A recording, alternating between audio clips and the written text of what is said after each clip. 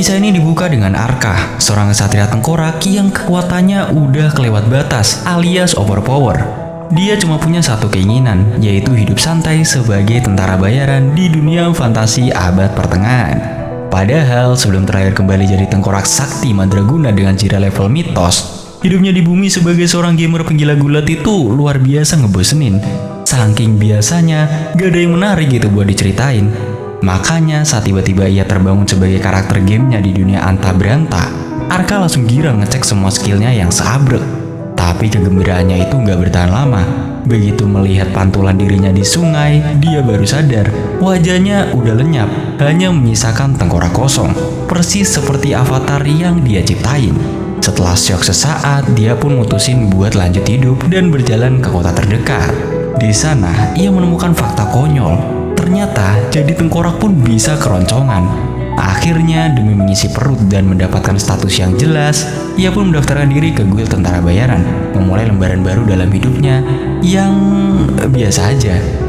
Suatu hari, setelah menyelesaikan perburuan santai, hasilnya 2 babi hutan dan 1 or, Arka melihat sebuah karavan diserang segerombolan bandit. Para pengawal sudah tewas, dan kini mereka mengincar seorang gadis bangsawan muda. Tanpa buang waktu, Arka langsung berteleportasi ke belakang bos bandit. Dengan satu ayunan pedang kilat, ia menebas kepala sang bos dan 2 anak buahnya sekaligus.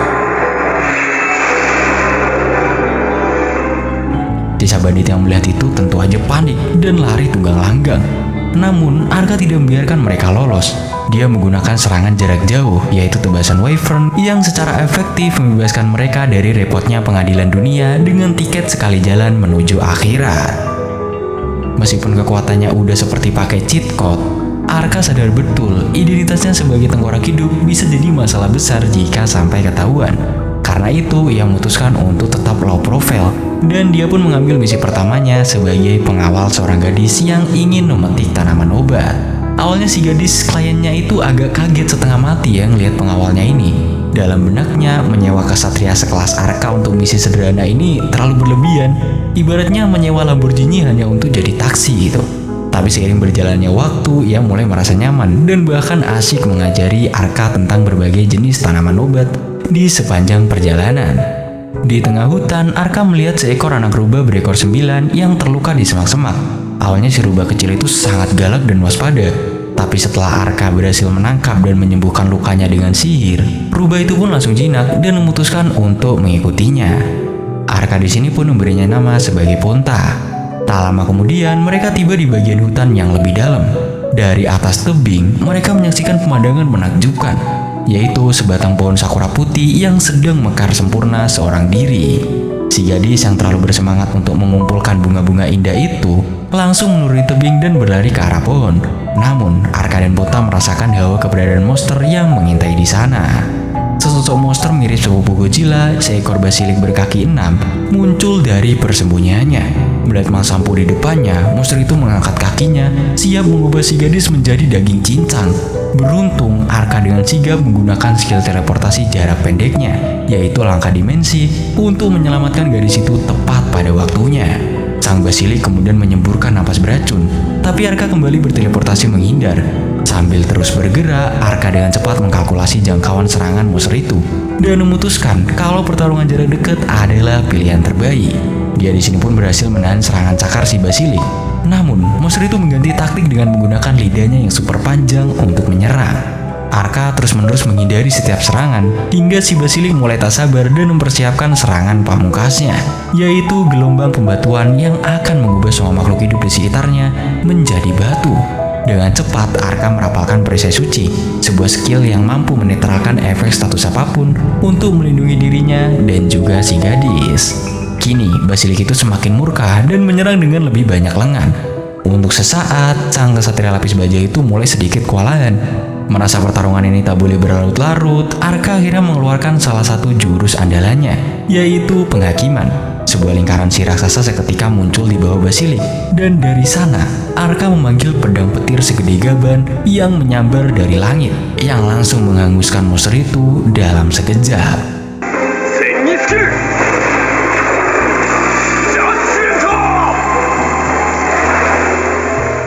Si gadis tentu aja terpana dan berpikir bahwa Arka pasti akan dilulukan sebagai pahlawan besar. Namun karena Arka sangat mendambakan hidup yang tenang, ia mintanya untuk merahasiakan kekuatannya yang luar biasa itu. Saat itu Arka sempat melihat sebuah cincin berwarna merah hitam di salah satu kaki basilik. Yang anehnya, itu langsung hancur berkeping-keping beberapa saat setelah monster itu mati. Setelah itu, dalam perjalanan pulang, Arka melihat seekor babi hutan raksasa dan memutuskan untuk mentraktir seluruh penduduk desa dengan daging panggang malam itu. Setelah memburunya, ia membawa hasil buruannya ke desa. Dia mengatakan bahwa kulitnya boleh diambil oleh si gadis, sementara dagingnya untuk pesta seluruh warga. Tentu aja tindakannya ini langsung membuatnya jadi pahlawan lokal, dan dia kembali gagal dalam misinya untuk menjadi orang biasa. Tepat saat ia hendak meninggalkan desa, adik perempuan si gadis berlari menghampirinya dan memberikan sebuah mahkota bunga sebagai hadiah. Setelah itu, di malamnya saat berada di penginapan, Arka memandangi mahkota bunga tersebut. Hadiah sederhana itu menyadarkannya akan sesuatu yang lebih besar. Hidupnya kini bukan lagi sekedar tentang menyembunyikan kekuatan, tapi tentang melindungi senyuman orang-orang seperti mereka.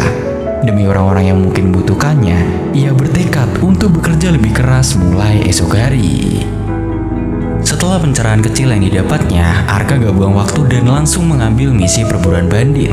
Dia melacak sekelompok pencuri dan penculik hingga ke sarang mereka yang ada di sebuah gua. Setelah meratakan seluruh komplotan itu, ia sekalian mengklaim harta karun yang mereka simpan. Namun, di tengah tumpukan emas ada sesuatu yang janggal, yaitu dua kandang kosong yang terbuka dengan mangkuk makanan di depannya. Sebuah teka-teki kecil, tapi Arka memutuskan untuk mengabaikannya untuk saat ini. Baru aja Arka melangkah keluar dari gua sambil menenteng hasil jarahannya, seorang gadis berkerudung tiba-tiba menyerangnya dengan babi buta.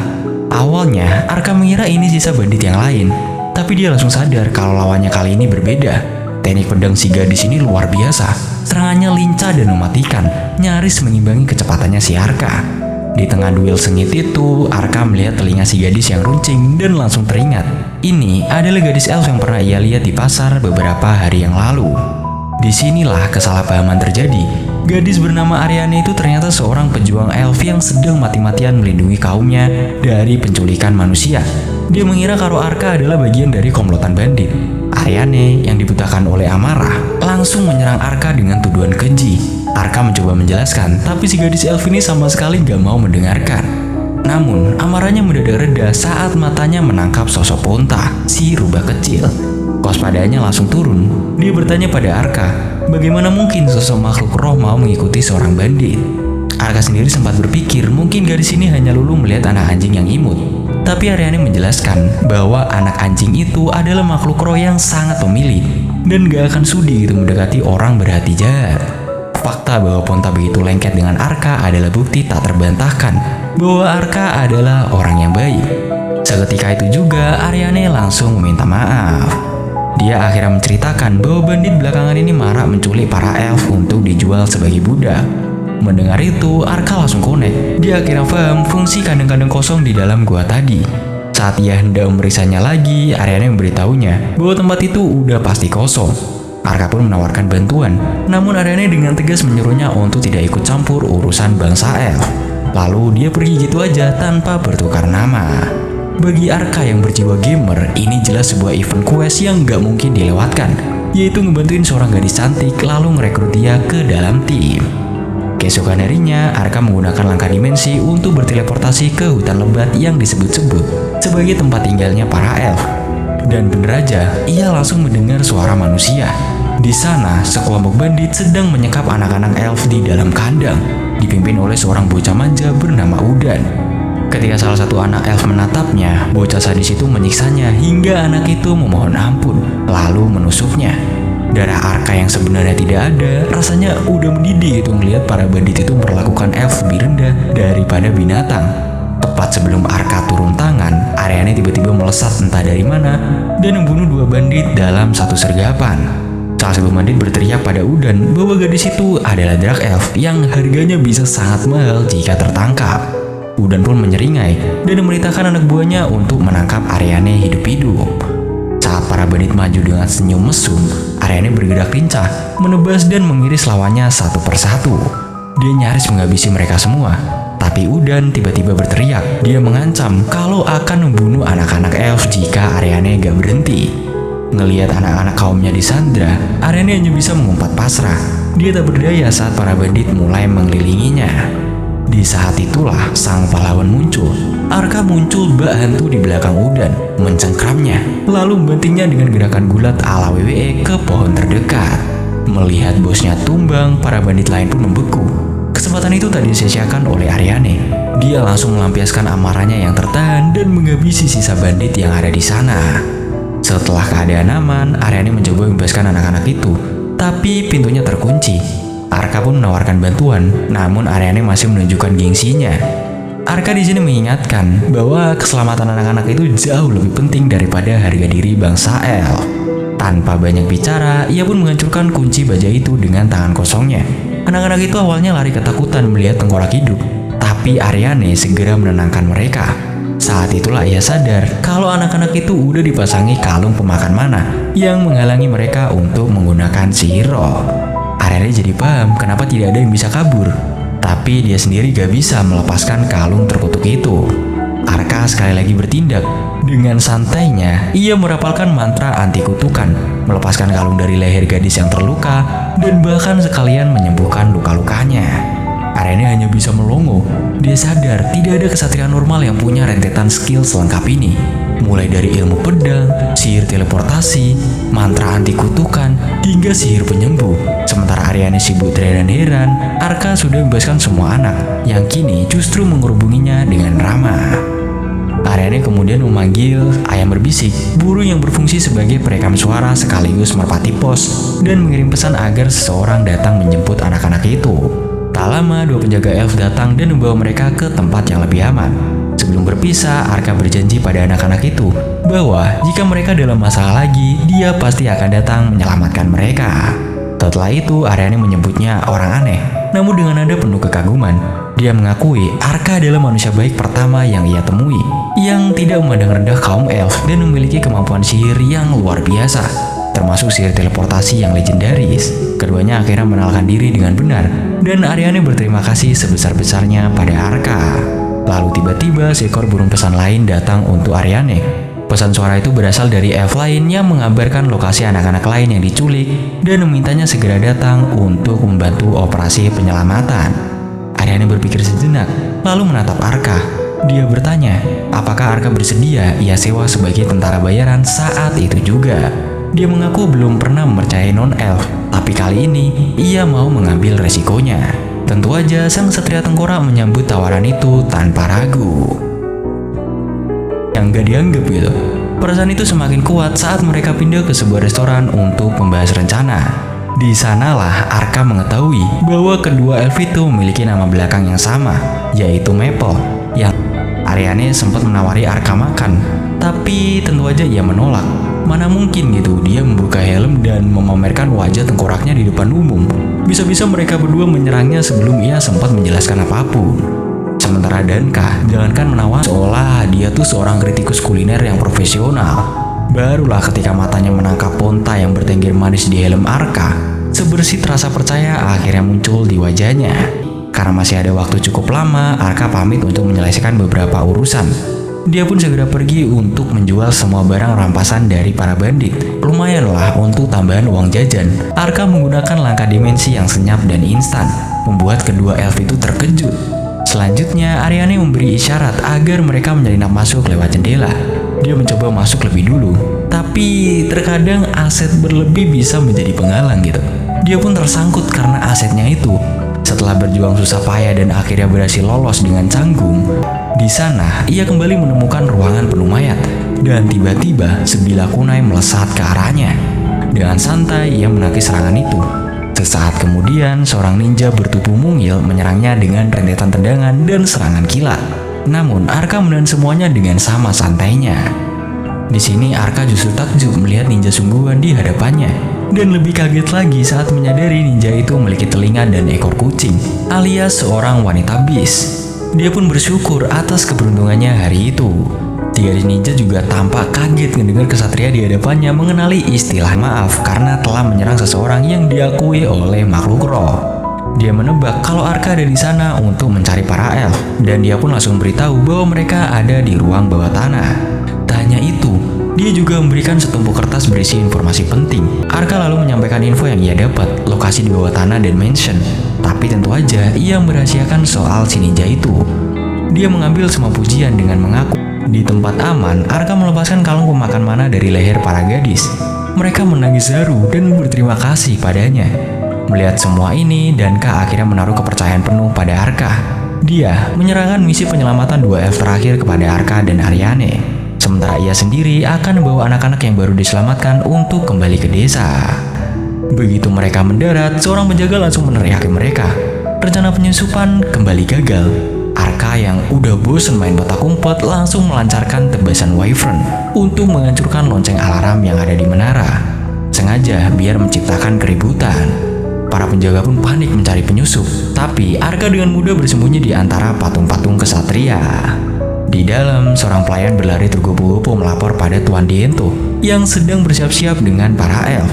Pelayan itu memberitahu bahwa 2 monster telah menyerbu mansion, yang mana itu adalah kata-kata terakhirnya karena pintu di belakangnya udah meledak, yang membuat pintu masuk menjadi dramatis. Udan, si anak manja, langsung pucat pasi dan mencoba kabur merangkak. Diento mencoba melawan, tapi Ariane langsung melayangkan tendangan telak ke titik terlemah seorang pria. Dan tentu aja langsung KO seketika. Sementara Ariane menyelamatkan para gadis, Arka membenturkan Udan ke dinding hingga pingsan. Tapi Arka merasa ada yang aneh. Dia pun memukul salah satu dinding dan sebuah ruangan rahasia terbuka. Saat ia mengajak Ariane untuk memeriksa, gadis elf itu sedang sibuk melampiaskan amarahnya dengan menjadikan pantat Tuan Diento sebagai samsak latihan. Dia menjelaskan bahwa Diento telah melanggar perjanjian damai antara manusia dan elf. Jadi hukuman ini tuh pantas banget lah buat ia terima. Ketika beberapa tentara datang, Ariane menahan mereka dengan pedang apinya. Sementara Arka memeriksa ruang rahasia. Ariane pun menyusul tak lama kemudian dan menemukan Arka sedang mengumpulkan batangan emas. Sebelum Ariane sempat menceramahinya, Arka udah punya argumen yang cerdas. Dia berdalih bahwa mereka butuh dana besar untuk membangun organisasi perlawanan. Lagi pula, jika sindikat ini dibuat bangkrut, mereka tidak akan bisa beroperasi lagi. Logika yang masuk akal itu pun berhasil meyakinkan Ariane. Tapi tiba-tiba, sebuah ledakan mengguncang mansion. Keduanya pun bergegas kabur membawa emas saat bangunan itu mulai runtuh. Di sini, Arka yakin ini ulah dari si ninja. Misi pun selesai. Ariane menawari Arka bayarannya, meskipun jumlahnya tak seberapa dibandingkan sekarung emas yang baru aja Arka amankan. Tapi layaknya seorang oportunis sejati, Arka tetap menerima uang receh itu. Ariane kemudian bertanya, jika Arka tak punya tujuan lain, maukah ia ikut dengannya ke negeri para elf untuk membantu menyelamatkan kaumnya yang lain? Ini sebenarnya adalah impian fantasinya si Arka, tapi ia berpura-pura ragu. Dia bertanya apakah para elf akan menerima orang luar. Ariane berjanji akan meyakinkan para tetua. Namun Arka menambahkan satu masalah, yang mana dia tidak bisa melepaskan siranya. Ketika Ariane bertanya kenapa, Arka membangun ketegangan dengan mengatakan bahwa Ariane mungkin akan menganggapnya monster. Setelah Ariane berjanji tidak akan menghakiminya, Arka akhirnya membuka helmnya dan menampakkan wajah tengkoraknya. Ariane shock berat. Arka tidak mungkin menceritakan soal dunia lain, jadi ia pun mengarang cerita tentang latar belakang karakternya, yang mana dia tuh seorang kesatria suci yang dikutuk dan berkelana mencari penyembuh. Ariane meskipun terkejut berpikir logis. Arka bukanlah Andit, karena rohnya ini masih murni. Terbukti dari kemampuannya menggunakan sihir suci dan fakta bahwa Punta selalu di sisinya. Akhirnya ia pun menerima Arka apa adanya dan berjanji akan menjaga rahasianya. Arka pun menerima tawaran itu. Dalam perjalanan, karena terlalu bersemangat, Arka mencoba pamer langkah dimensi untuk mengambil jalan pintas. Dan dia malah berakhir jatuh dari tebing. Sepertinya gravitasi di dunia ini tuh membencinya.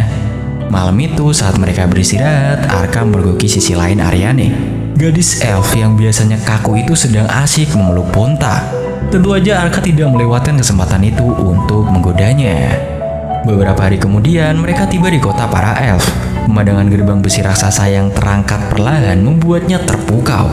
Setelah masuk, Ariane memintanya menunggu, sementara ia minta izin dari para tetua.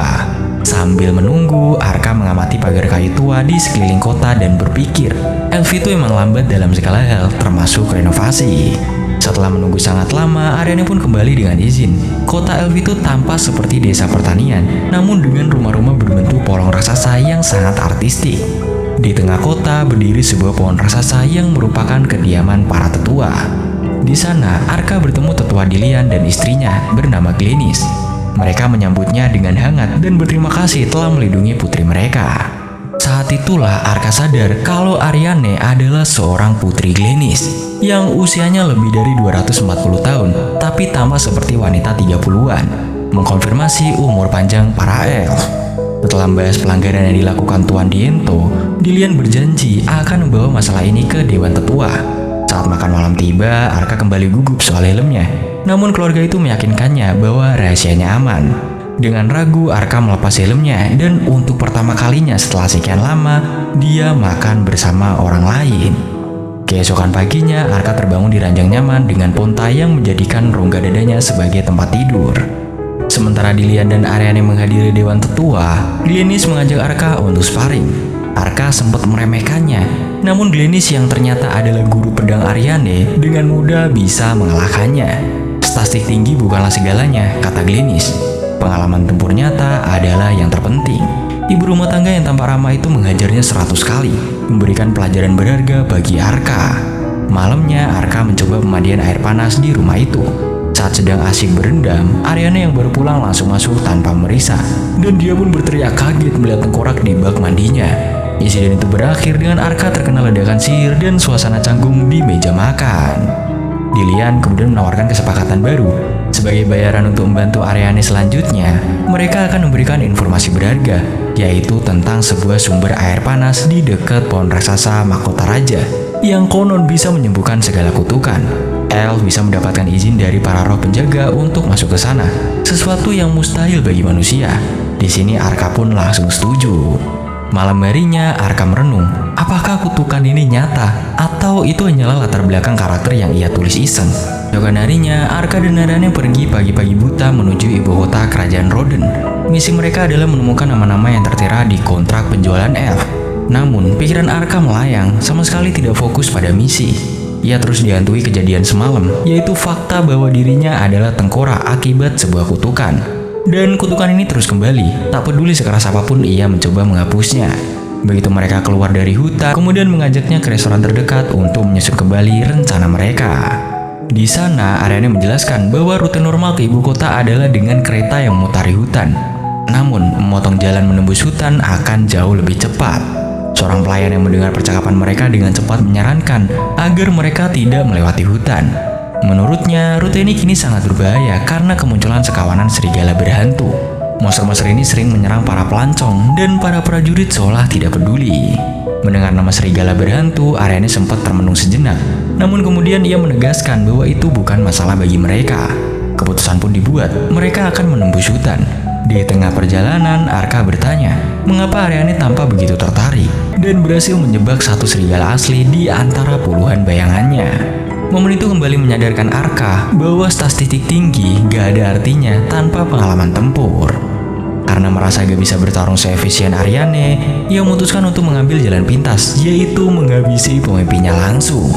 Tentu aja, sang bos sedang mengawasi dari atas tebing, mengerti apa yang terjadi. Ia menceritakan tentang Basilik yang juga memakai cincin serupa. Jelas ada dalang di balik semua ini. Seseorang yang menggunakan cincin terkutuk itu untuk membuat para monster mengamuk di luar habitat mereka.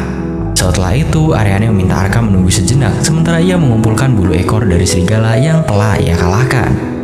Di sisi lain hutan, sebuah kereta mewah sedang melintas. Di dalamnya, Putri Yuriarna dari kerajaan Roden sedang dalam misi diplomatik untuk bertemu para elf, yaitu membahas masalah penculikan. Ia curiga kakak laki-lakinya yang bernama Dakeres terlibat dalam perdagangan budak ini. Sementara itu, kakak tertuanya yaitu Sekit adalah pangeran ambisius yang akan melakukan apapun demi takhta. Terjebak di antara dua saudara yang saling sikut, sang putri hanya bisa berharap perjalanannya bakal lancar. Sepertinya ia baru aja mengutuk dirinya sendiri. Keretanya tiba-tiba langsung diserang oleh sekelompok pembunuh. Semua pengawalnya tewas dalam sekejap. Sebuah pedang tiba-tiba menembus jantungnya. Napas terakhir sang putri pun terlepas. Ternyata salah satu prajurit pengawalnya adalah seorang pengkhianat yang menyuruh para pembunuh menjarah mayat-mayat itu agar terlihat seperti perampokan biasa. Di tengah tawa serakah mereka, Ponta melompat dan menyerang wajah si pengkhianat. Namun, serangan itu tak lebih dari gangguan kecil bagi jiranya. Pikirannya sedang berkecamuk. Haruskah ia menggunakan kemampuannya untuk membangkitkan gadis yang udah jelas mati ini?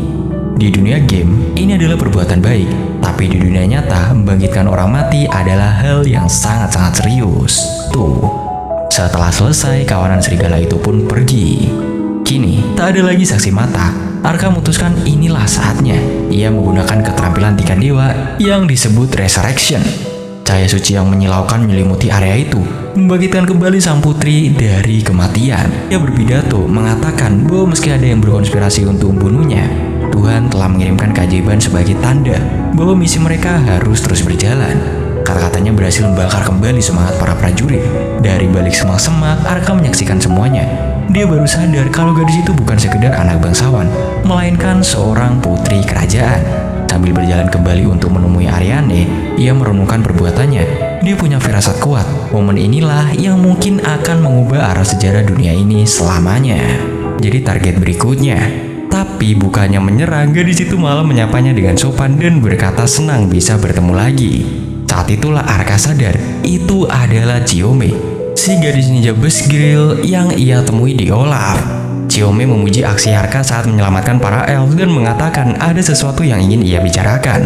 Ariane yang kebingungan bertanya siapa gadis itu dan bagaimana ia tahu tentang operasi rahasia mereka. Arka akhirnya memberikan pujian pada orang yang tepat, menjelaskan bahwa Chiome lah yang memberinya informasi krusial di Olaf kemarin.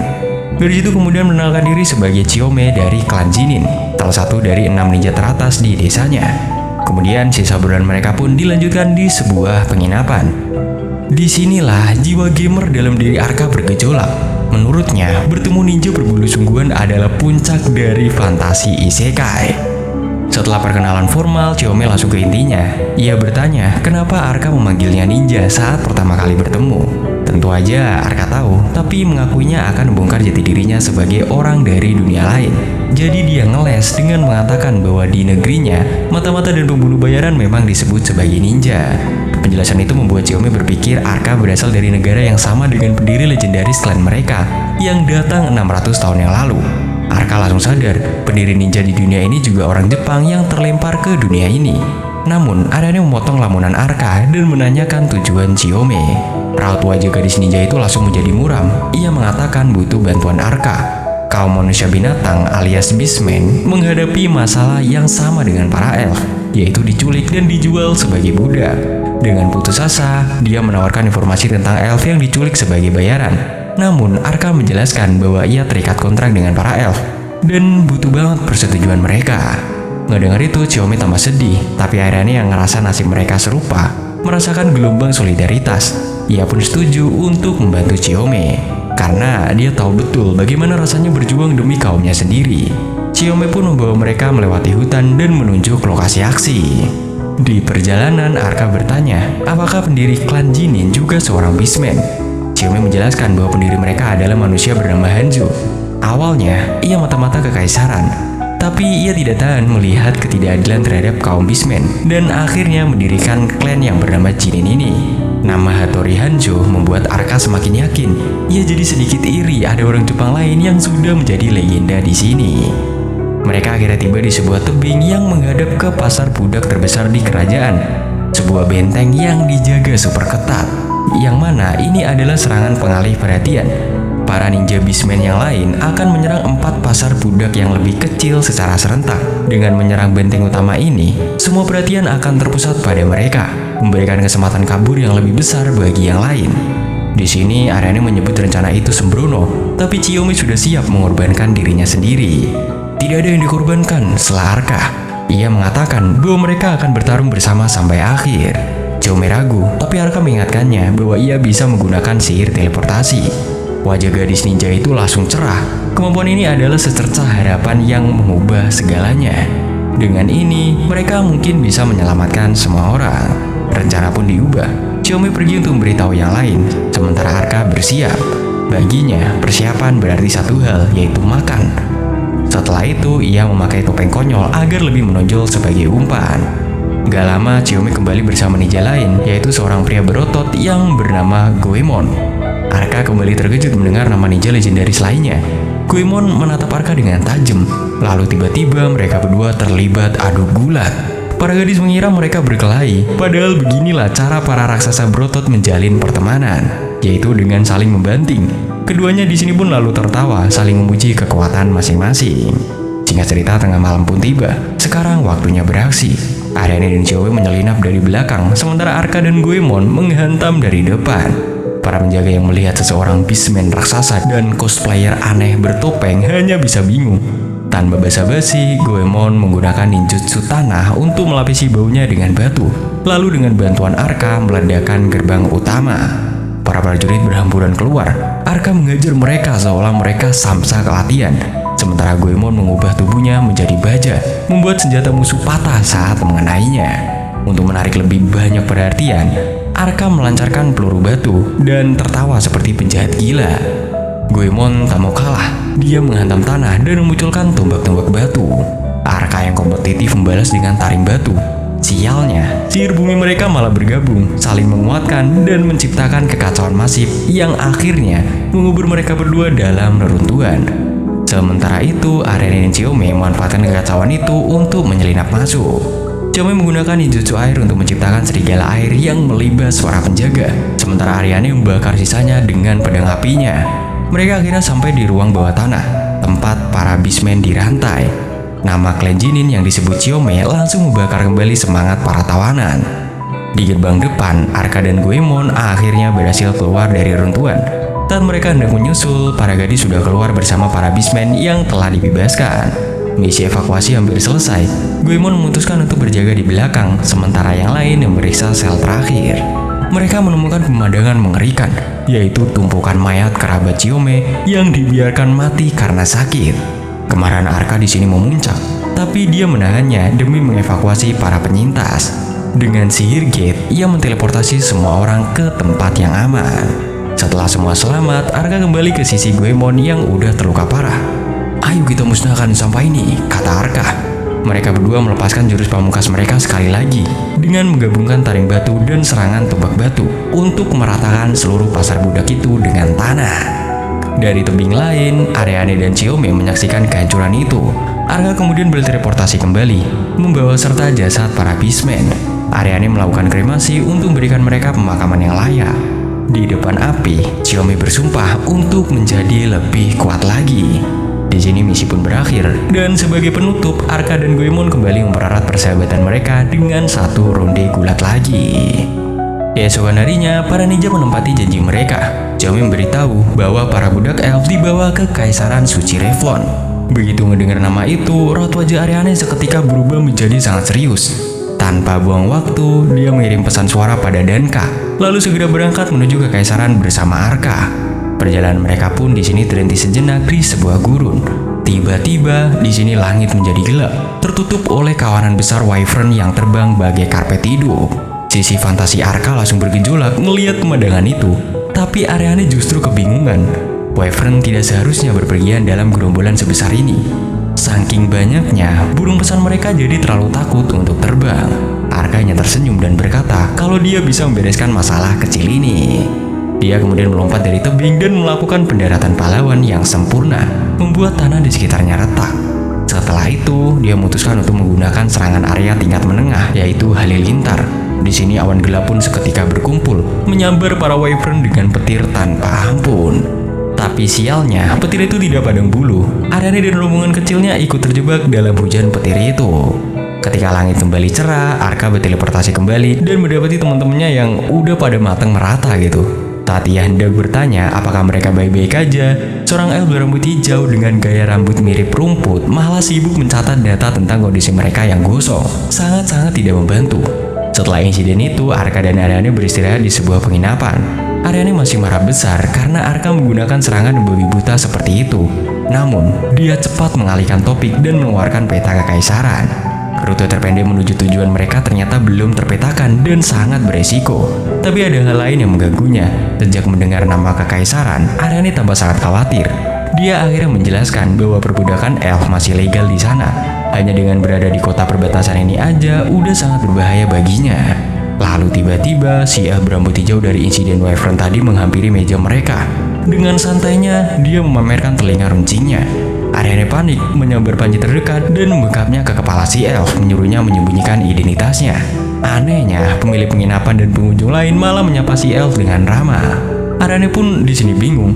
Elf baru ini pun mengenalkan diri sebagai Catrian, seorang ahli biologi yang udah 10 tahun tinggal di kota itu. Masih tak percaya, Ariane harus mendengarkan pidato Catrian tentang visinya agar manusia dan elf bisa hidup berdampingan. Ariane di sini menyebutnya delusi, tapi Catrian membalas dengan pertanyaan tajam. Dia menunjuk Arka dan bertanya mengapa Ariane sendiri berpergian dengan manusia jika ia begitu membenci mereka. Langsung kena skakmat lah si Ariane ini. Setelah debat selesai, Arka pun bertanya apa tujuan Catrian. Rupanya dia butuh bantuan untuk menangkal spesimen monster langka. Melihat kekuatan mantra Arka tadi pagi, dia yakin mereka bisa melakukannya. Ariane langsung menolak, tapi Catrian menawarkan imbalan yang menggiurkan, yaitu peta detail kekaisaran dan salinan penelitiannya tentang makhluk ajaib. Arka yang sangat menginginkan buku itu akhirnya berhasil membujuk Ariane untuk menerima misi tersebut. Malamnya, Arka mentraktir mereka kamar terbaik. Pemilik penginapan yang senang memberinya bonus sebarel alkohol berkualitas tinggi. Di kamar saat Ariane sedang merenung, Arka menuangkan segelas untuknya. Mode kompetitifnya langsung aktif. Ia menenggak minuman itu dalam satu tegukan. Rasanya begitu nikmat, sampai telinganya bergerak-gerak sendiri. Arka yang mencicipinya sadar, minuman itu bukan hanya enak, tapi juga luar biasa keras. Saking kerasnya, 2 gelas saja udah cukup untuk membuat Ariane mabuk berat. Dia langsung melompat ke arah Arka dengan agresif. Arka bingung apakah gadis itu menginginkan dirinya atau minumannya. Tanpa jawaban yang jelas dari Ariane, itu pun berakhir dengan membanting dan mengguncang-guncang Arka sepanjang malam. Keesokan paginya, Ariane terbangun di kamar yang berantakan dengan kepala pening. Ngelihat sesosok tengkorak, yaitu Arka tanpa jira di lantai, refleksnya langsung mengambil alih.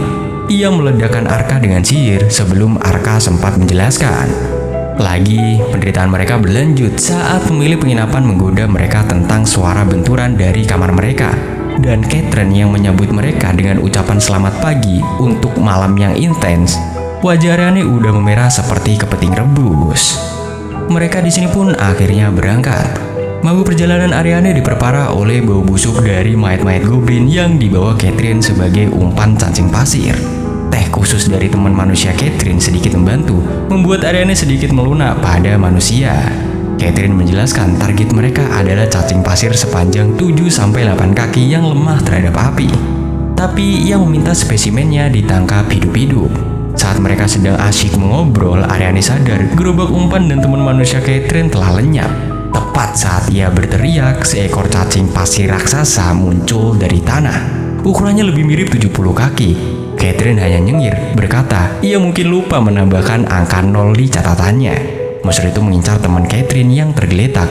Ariane mencoba menolong dengan ledakan api, tapi serangannya nyaris tak berpengaruh. Saat si cacing balik menyerang Ariane, Arka bergerak. Ia menahan monster raksasa itu hanya dengan satu tangan, lalu menyuruh Ariane minggir. Dia mulai bergulat dengan si cacing, menyeretnya keluar dari pasir, dan membantingnya hingga tewas. Dan baru setelah itu Arka menyadarinya, yang mana monster itu juga memakai cincin aneh yang sama. Setelah menyeret monster itu kembali ke kota, Catrian menepati janjinya. Sebelum berpisah, Ariane bertanya mengapa ia mau tinggal bersama manusia. Catrian menjawab bahwa ia menemukan banyak manusia yang baik, dan masa depan yang damai itu sangat-sangatlah mungkin. Bahkan ada kisah tentang seorang bangsawan manusia yang menikahi gadis elf. Ariane yang masih ragu menanyakan pendapat Arka. Arka menjawab dengan bijak bahwa di antara manusia maupun elf selalu ada yang baik dan buruk. Meski perdamaian total mungkin mustahil, tapi persahabatan sejati antar individu jelas sangat mungkin terjadi.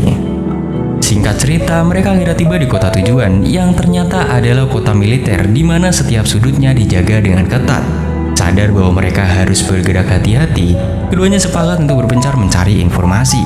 Arka berhasil mengumpulkan beberapa fakta menarik, yaitu ada tangisan aneh yang terdengar dari benteng terdekat setiap malam, dan banyak penduduk kota yang hilang baru-baru ini. Anehnya, tidak ada seorang pun yang mau bicara soal para elf. Saat hendak kembali, Arka mendengar suara seorang gadis yang sedang diseret oleh beberapa preman. Tanpa basa-basi, Arka muncul di belakang salah satu dari mereka dan melintir tangannya hingga patah. Sisanya mencoba menyerang, Tapi dengan satu jentikan jari, Arka membuat mereka semua langsung pada terkapar. Gadis itu sangat berterima kasih dan berlari untuk memeluk Arka. Sialnya, Aryani datang di saat yang paling tidak tepat sedunia. Melihat seorang gadis asing memeluk kesatrianya, aura cemburu yang pekat langsung menyelimutinya. Meskipun Arka sudah menjelaskan situasinya, tetapan maut Aryani sudah cukup untuk membuat gadis malang itu lari terbirit-birit. Dengan sikap yang dingin, Aryani memberitahu Arka bahwa ia punya info penting. Dia pun membawa Arka ke sebuah tebing lain yang menghadap ke sebuah benteng megah.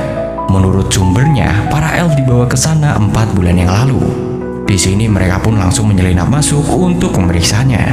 Benteng itu anehnya sunyi dan senyap.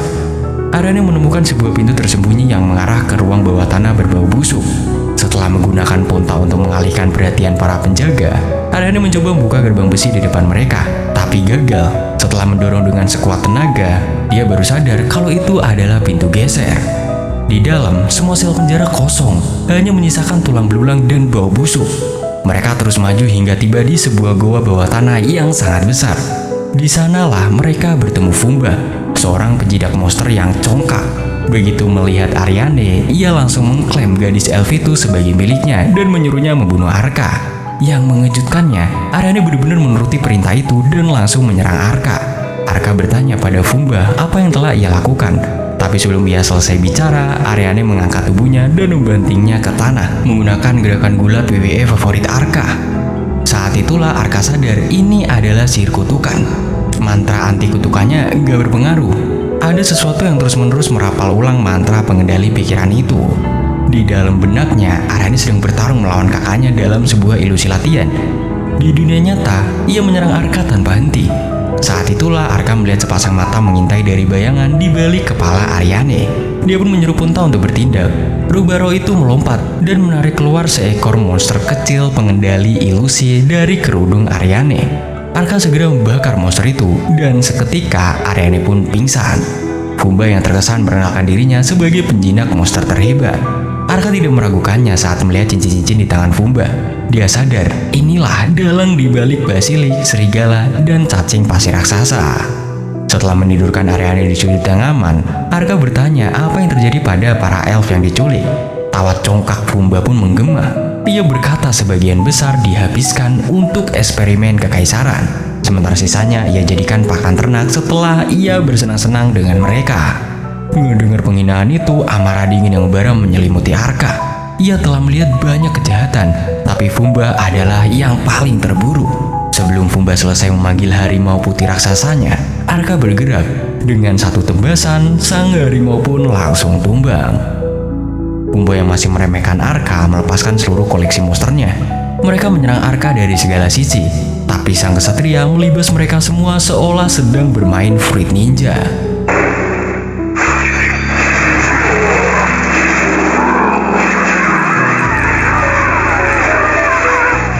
Namun di tengah amukannya, ia lengah. Fumba mengarahkan seekor ogre raksasa untuk menyerang Aryani yang tak sadarkan diri.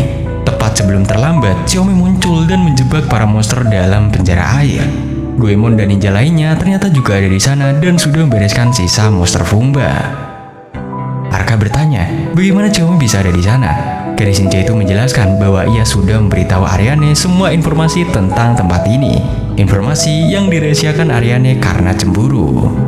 Sebelum mereka bisa membahasnya lebih lanjut, gempa dahsyat mengguncang gua ini, mengatakan bahwa kartu asnya telah terbangun. Arka di sini pun berteleportasi keluar bersama yang lain.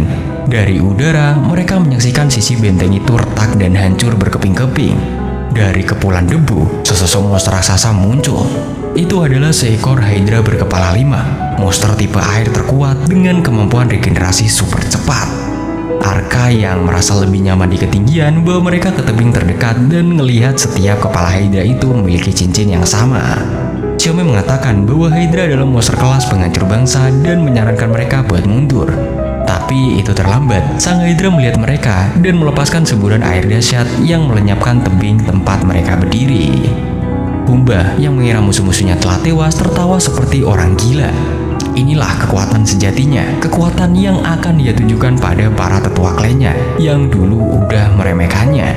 Ternyata, ia telah dipekerjakan oleh Kaisar Revlon untuk menghancurkan kerajaan tetangga dengan kekuatan Hydra ini. Ia di sini merasa tak terkalahkan. Dia pun memerintahkan mahakaryanya itu untuk maju dan berpesta di kota. Setelah selamat dari runtuhan berkat perisai suci Arka, mereka menemukan Ariane telah berubah, dipenuhi amarah karena mendengar penyiksaan kaumnya dari Fumba. Ariane kini hanya menginginkan balas dendam. Mereka pun berpencar. Ariane dan Chiume mengejar Fumba, sementara Arka menghadapi si Hydra. Ariane dan Chiume menyergap Fumba. Saat Fumba mencoba mengandalkan Hydra, Chiume berhasil merusak tato kutukan di punggungnya, memutus kendalinya atas monster itu. Kehilangan kekuatannya, di sini Fumba pun langsung memohon ampun. Namun Ariane menolaknya dan membakarnya hingga musnah dengan api biru.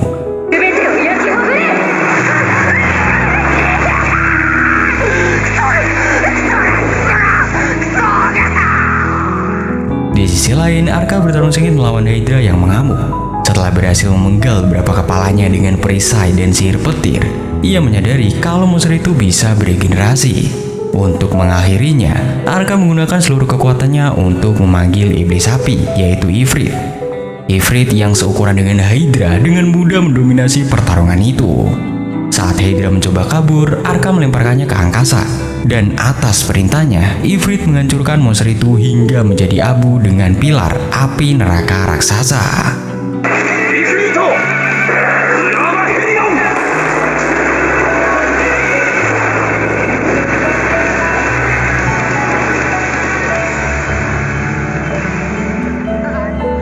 Ariane dan Chiume masih terpaku, mencoba memproses pertarungan kolosal antara dua monster raksasa yang baru aja mereka saksikan. Seiring matahari terbit, Arka akhirnya kembali, seolah tidak terjadi apa-apa, dan dengan santainya berkata kalau ia senang mereka berdua aman.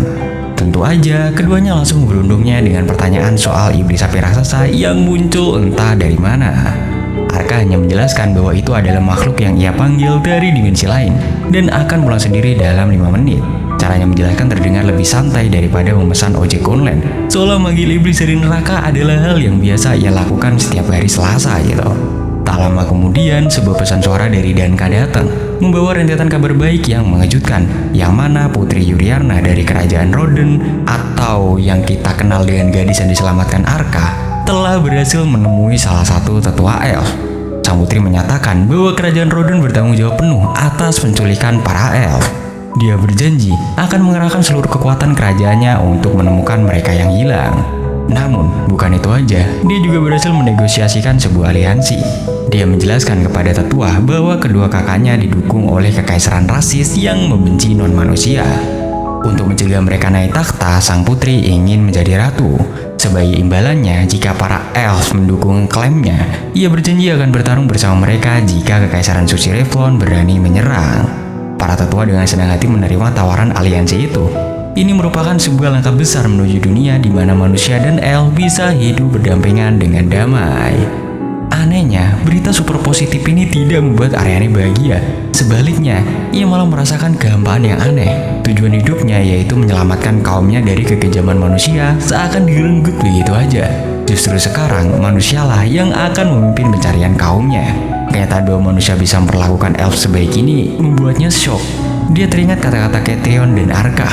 Mungkin perdamaian memang akan datang lebih cepat dari yang ia bayangkan. Ariane kemudian nyeletuk pelan, merasa bahwa sejak bertemu Arka, seluruh dunianya seakan berputar terbalik dengan kecepatan gila. Arka hanya bisa tertawa menanggapi itu. Nah, setelah semua ini selesai, kata Arka dengan lega, akhirnya aku bisa kembali menjalani kehidupanku yang tenang dan damai. Tentu aja, tidak ada satupun dari mereka yang percaya. Sambil bercanda, Arka melepaskan helmnya. Sayangnya, Chiume sama sekali tidak siap. Melihat tengkorak hidup di hadapannya, ia menjerit ketakutan. Ya, itu reaksi standar orang normal. Dia menolak untuk keluar, bahkan setelah Ariane dengan sabar menjelaskan seluruh skenario kutukan aneh yang menimpa teman barunya itu. Setelah suasana kembali tenang, Ariane ngajak Arka untuk ikut pulang ke desanya. Setelah mereka beristirahat, mereka akan pergi bersama ke mahkota raja, tempat di mana Arka mungkin bisa mematahkan kutukannya. Menurut Ariane, setelah semua yang Arka lakukan, hanya itulah balasan yang setimpal. Maka perjalanan yang awalnya diniatkan Arka untuk mencari ketenangan, justru berakhir menjadi petualangan besar yang mengubah nasib banyak bangsa. Dengan teman-teman baru di sisinya, ia berharap perjalanan selanjutnya akan sama menyenangkannya. Dia memang masih tidak tahu mengapa ia dikirim ke dunia ini, tapi sejujurnya ia tidak terlalu peduli lagi. Selama ia masih di sini, ia akan menikmati kehidupan tengkoraknya yang seru ini secara sepenuhnya. Dan setelah itu cerita pun berakhir sampai di sini, coy.